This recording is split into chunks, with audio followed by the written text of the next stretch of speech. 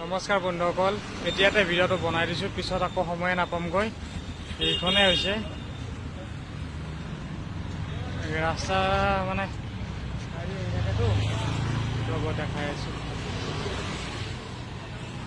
এতিয়াতে বনাই দিছোঁ, অলপ দেৰিকৈ নাপামেই যিহেতু। বাকী তুমি আইটেমখিনি দেখাই দিয়া এতিয়াতে।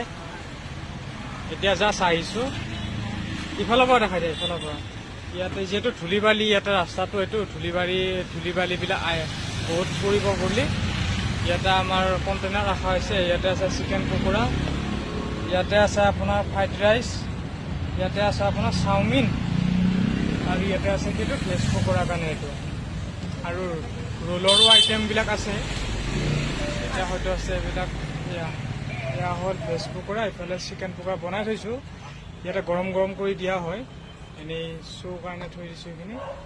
বাকী আহিব এইটো GMCৰ পিছফালৰ ৰাস্তাটো হয়, এইটো GMCৰ পিছফালৰ ৰাস্তা। ইফালে GMCৰ পৰা যিটো পিছফালৰ ৰাস্তাটো এনেকৈ গণেশগুৰি ওলাইছেগৈ, এইটোৱে ৰাস্তা হয়।